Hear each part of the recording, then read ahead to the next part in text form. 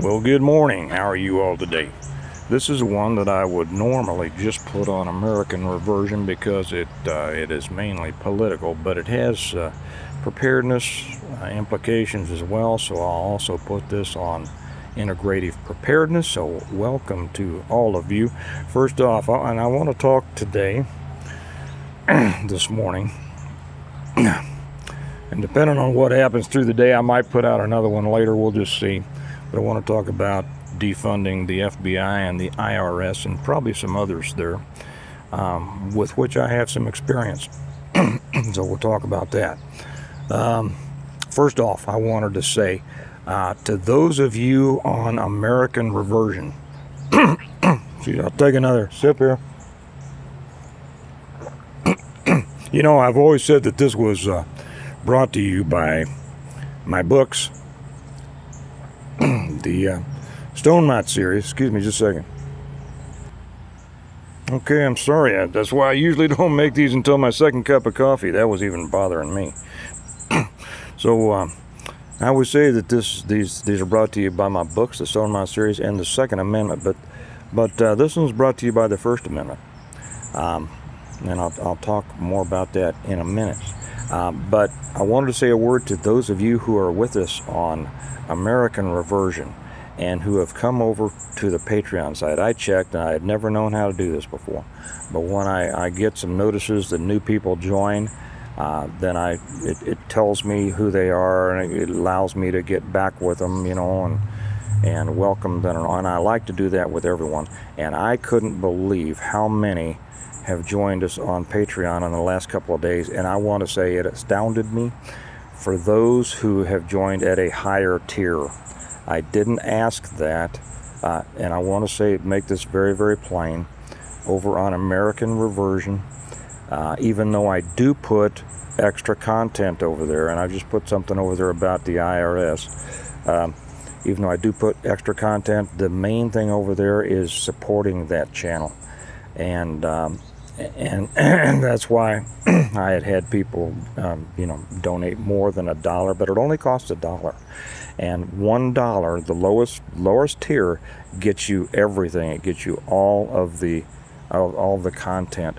So, and anything above that is just, your very nice contribution, your monthly contribution to support the channel.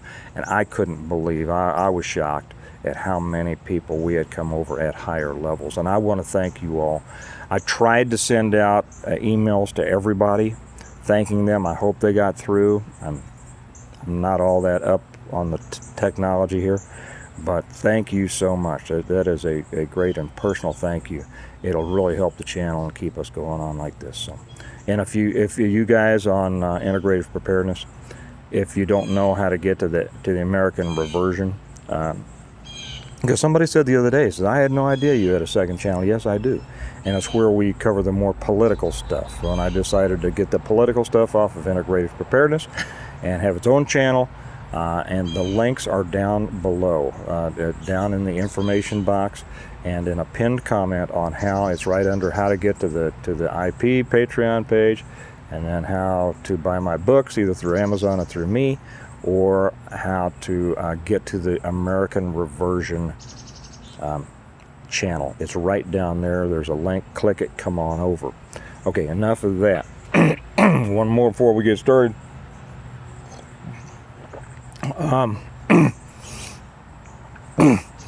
I knew the last good FBI director.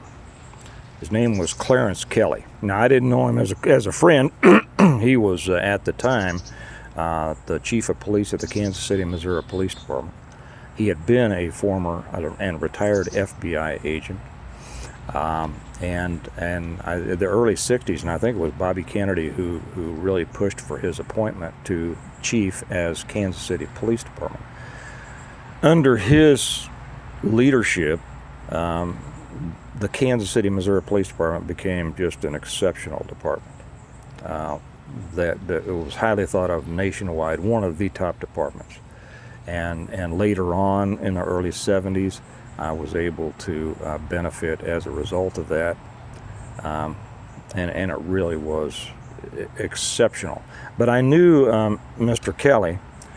I was a teenager. He was, like I say, the chief of police, and he lived four or five anyway houses up from the girl I was dating at the time. So we'd see him occasionally, and say hi, and he'd always say hi, and a chat, a couple of words. We went to the same church. I didn't talk to him there, but he just had an excellent reputation. And so when J. Edgar Hoover died, and they were looking, they couldn't imagine anybody that could continue the FBI because it was always Hoover's baby. Now Hoover had his problems. Maybe someday, and everybody kind of has some, their ideas on that, and they've heard things about him. And there's a couple more things maybe I'll talk about someday. I don't know. But when they selected Clarence Kelly, that was the perfect selection.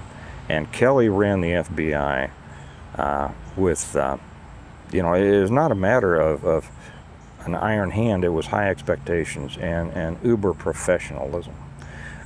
Later on, when I got into law enforcement, I knew some of the FBI guys. I played racquetball with them, and they were decent guys. They really were decent guys. I used to tell them, I said, you can't catch anybody until a real cop calls you on the phone and says, hey, we got your guy in our jail, come get him. But that was just good-natured, fun, and I'd tell them, they were snappy dressers, and and they were, and I'd tell them that they thought they were undercover if they took off their tie, and it was all in good nature. But they were much different than street cops, and under that leadership, they were extremely professional. Things have changed. If you look forward to some, Comey and Ray, and it's just unbelievable what's happened to the Federal Bureau of Investigation, and it's too bad. I also, while I was in law enforcement, I had the opportunity, because I had many different assignments. I had the opportunity to go through the IRS Financial Investigations School, and they were good folks, smart people. I never had occasion really to use that in any of my work, but I got to see how they do things and things like that, and they were good folks. And I tell you, years later, as a business owner, this is years after I left law enforcement. Many years later, I was audited.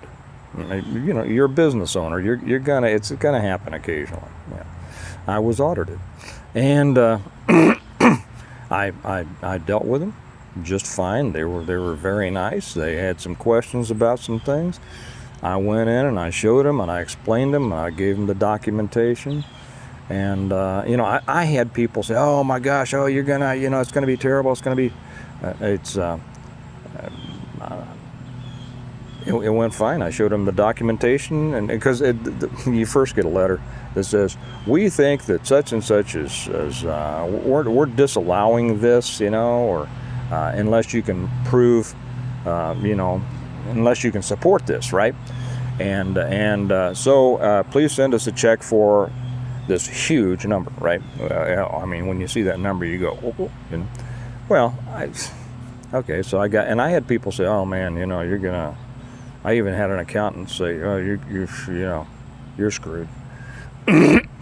Well, no, I just put together. I called the person who was handling the case, called him on the phone, kind of chatted for a minute, got kind of explained the situation. They said, "Okay, well, here, give us this, can you give us this supporting evidence?"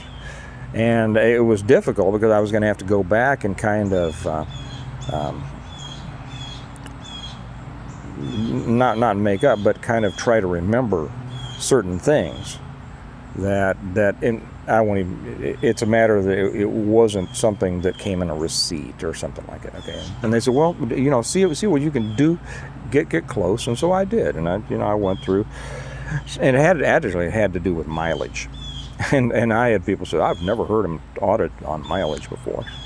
And it's because we had businesses that we used a lot. We drove a lot of miles, and I guess that threw up a flag or something. I don't know. But anyway, I just made up all the copies of maps, and said, here's where we go and how often we did it and everything like that. And here's, and I sent it in, and pretty soon I got a letter back from them and say, we've reviewed your situation, and we are accepting your evidence, and like I say, it was just kind of reconstruction. Like I say, it wasn't made up; it was reconstructing what we had done. And so, they knew that it was imperfect. It was just my best way of trying to show, and I had actually kept track. I mean, the mileage was true. I just hadn't written it down in a certain way. And so anyway, they accepted, and they said, okay, you don't owe this. You're good. My point on this is that I've dealt with both of those organizations, and found that there were good folks in them, and had no problem. They handled their jobs professionally. And when I dealt with the FBI, I was with an FBI task force. And by then it was in the early 80s, and I'll tell you what, things were changing, and I did not like the atmosphere that I saw, and it was one of the things that made me leave law enforcement. And I saw the increasing militarization of the police, which I didn't like. I saw the militarization of federal law enforcement, because I worked with the FBI, I worked with the DEA, I worked with ATF, I worked with all of them, and I did not like, even though there were some good people in there, I did not like the direction it was taking. Well, the direction that it was taking, clear back in the 80s, has led us to where we are now.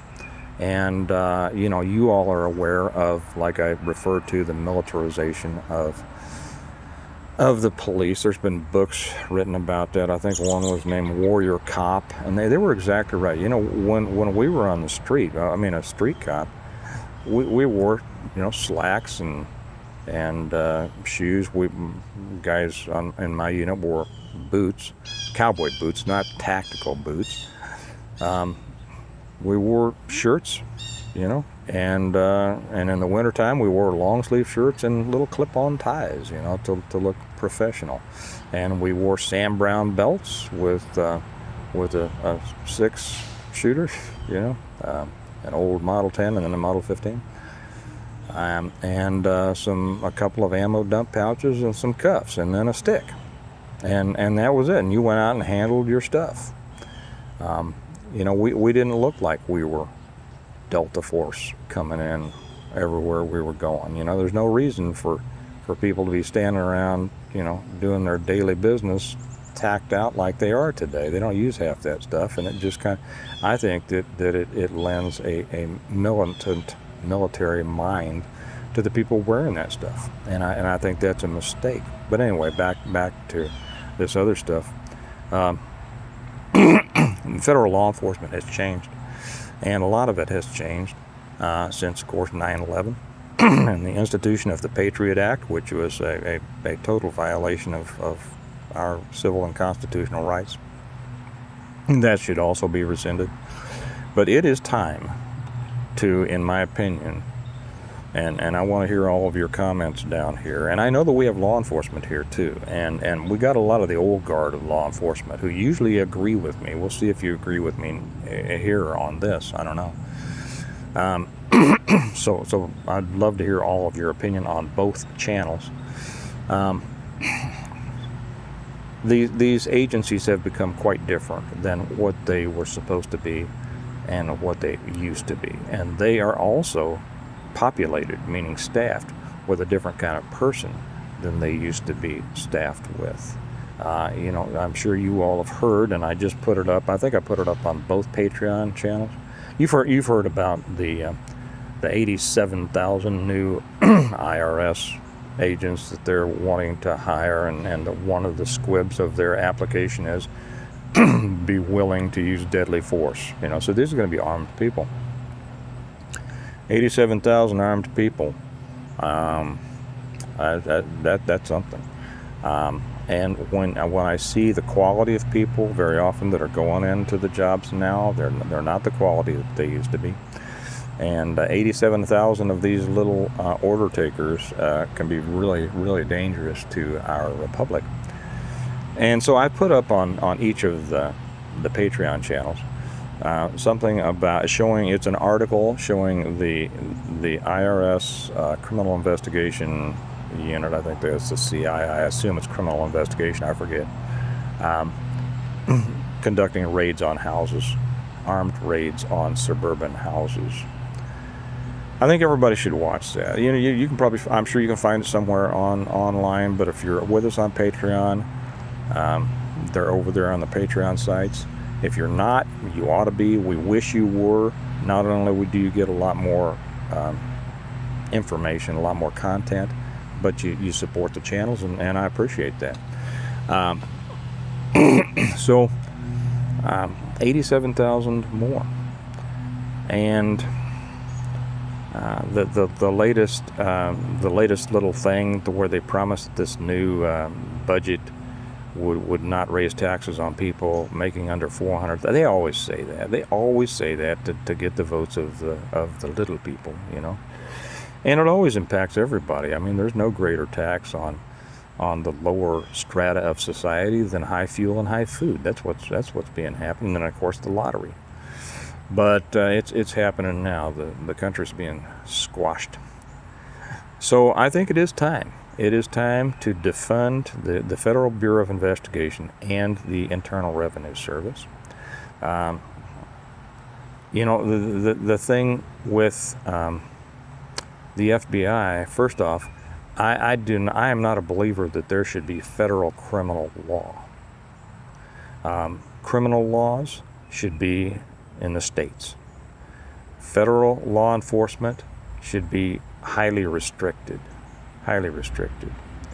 You notice under Hoover, all he ever wanted to go after was bank robbers, and he didn't even want to go after those much, and car thefts, because they got into that, explaining that, well, if somebody steals a car, they're probably going to go across the state line, so that makes it interstate. It's amazing if you read the story of how the FBI developed, and it's rather interesting. And you can go clear back to the Firearms Act. So we don't need federal, and it's also the same thing with ATF, and it's the same thing with DEA. There don't need to be federal criminal laws. That should be reserved to the states. And what's happening, of course, is that the federal government, through taxes, and then taking the taxes out of the people, and then sending it back, and we'll get to the IRS on this, and then sending about and giving block grants and grants to police departments and sheriff's departments, things like this, and drug grants and all this stuff. They have made themselves the local sugar daddy, and everybody thinks that they need to rely on the federal government for this kind of stuff. Well, the FBI does have a great lab, but there's other places with great labs too. And and if they didn't have this money from taxes, they wouldn't have been able to enthrone themselves over everybody. And that takes us to the IRS. You all know that there wasn't always a tax on income, and there's nothing more immoral, as far as I'm concerned, as a tax on income, unless it's a tax on property. Property taxes should be done away with. But it's a way that the governments, from the federal down to the local, soak the people, so that no better, this idea, you'll own nothing and you'll like it. Well, you don't own your property if you can lose it, even if you've paid it off. If you can lose it because of taxes, you don't own that. These are some of the things that need to be addressed. And here's the thing. These things will not be addressed and solved with the Second Amendment. And that's what I want to stress to people. This is a First Amendment, a Fourth Amendment, all sorts. There's a lot of amendments that don't have cups, but they should have. And I'm going to get myself a First Amendment cup, because that's where this battle is, as I've said. So, you know, it was perfectly, our country was perfectly able to support itself without an income tax until it decided that it wanted to do a lot more things. The reason that we need, we don't need, the reason that our government needs all this money is to do all the things that it has no business doing. And if our government was pulled back to do only those things, which it was empowered to do constitutionally, it wouldn't need any. It would be able to support itself like it used to on tariffs and such as that. But it's a matter of extortion, extorting the people and taking their money to enslave them. We're being enslaved with our own money. Likewise, ATF and DEA, they don't need to be in existence either. And I know guys in both of those that are good folks. They went into, and I can't speak to anybody today. I'm speaking about, you know, 70s and 80s when I was there. There's a lot of good folks there trying to do a good job, trying to do the thing that they believed in. You know, kind of like Border Patrol now. You know, those guys are down there trying to do a job that they can hardly do. You know, and if you want to see what law enforcement was like back in the day, kind of look at Border Patrol and Customs and Border Protection. And now these guys are trying. They're doing their very best to do a job they believe in. And that's what law enforcement used to be, pretty much across the board. So, to you guys down there on the border,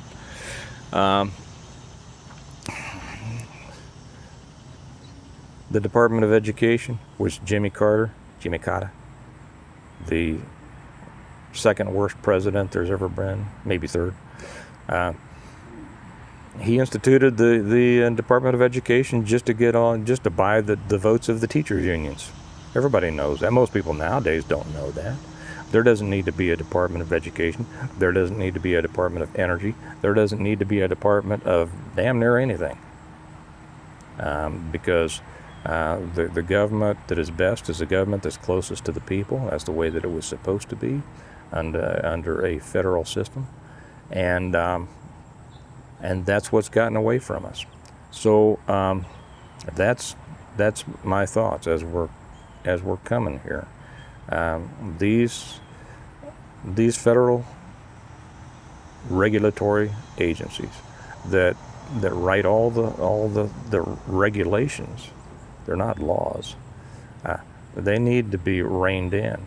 Trump, I think, was trying to do that. There will be some, especially on the Integrated Preparedness channel, that will say, Trump is just a shill. He's all part of it. And, you know, everybody has their opinion. I would just say, you know, okay, whatever you think, I don't believe that. This country was in a lot, and I'll be right honest, I like Trump. I'm a supporter of his. Because he's the only one that had the guts to speak up, and since Reagan, and before him since Kennedy. See what happened to them. I know a lot of you don't realize the truth about Kennedy, do you? So these things, and Trump tried, and you see what's happened to him now, and we can't allow it. We cannot allow it. And the way that we fight this is politically, and I know that grinds on a lot of people who, you know, want to wear all the T-shirts and say it's time to do something. Well, it is time to do something, but it's time to do something politically. And I'm going to say this: I had to pull a comment yesterday. I hated to do it. I had to pull one off of, and I hardly ever have to pull one off of American Reversion, because everybody there kind of controls themselves. And I think it was AR that I had to pull it off of. Somebody mentioned killing. I don't even remember who it was. I don't allow that. I do not allow that. You don't come on and suggest violence against anybody or any group. You can make your case, you can state your case without going there. So don't go there, because if you do, I'm going to know one of two things. Either you're trying to stir the pot because you're a provocateur or a potential informant, or you're stupid, and neither of which serves us well here. And there's nothing that anybody can be an informant about, but still, it's a provocateur. These people come in, and sometimes they even come in and try not to make their own comment, but they'll come in and like respond to another comment. So maybe I don't see it, I see it, and then you get banned. So don't do that. For everybody else, with more than two brain cells clicking together, we fight this politically. That is where the success, the wins and the losses occur, politically. You tell me, well, I won't even go there. But anyway, that's what I believe is necessary. On integrated preparedness, we say we prepare well today in order to live well tomorrow, and political is a lot of the preparedness there. On American reversion, we say that America needs a reversion, and it needs you and I and all of us to be a part of it, and that is politically. So I'm going to leave. I forgot to tell you that regardless of what other commercials you see on here, that all of these videos are brought to you by my books, the Stonemont series. And in here we talk about preparedness, how to prepare for, how to survive, how to reemerge from a total collapse. But in here, it's a story. It's a lot of preparedness lessons and survival lessons, but it's a story of people. It's a story of a people with a chance to rebuild after the country has collapsed and fallen apart, and how they rebuild, and the concepts on which they rebuild. And I'll give you a hint, those of you who have read these, you Stonemonters, which we call the people who have read all of the books. And yes, I'm going to go in here in a minute and get back to writing on number 6. The community in here, they sit down, and the leader of the group gives one of the other main people, who was a judge, gives him a task to construct the new legal system, the new set of laws. And this judge comes back after a while and he says, well, I finally figured that the ones you already had in place were the best. And that was what Stonemont and Jamestown, and what if you haven't read it, you'll understand what I'm saying when you read these books. They ran on 2 things, the 10 Commandments and the Golden Rule. Did you know that those cover everything? They cover everything. 10 Commandments and the Golden Rule. If those were obeyed, we wouldn't need all these other things that ought to be defunded. And I know that that's a pie in the sky. That's an extremely, not even optimistic, but believing in unicorns, because people are people and people are sinful at heart. But we have to try to control that and fight our demons and encourage our better angels. So you all, let me know what you think about that, and I'll be interested in reading your comments. And you all have a great day. Bye-bye.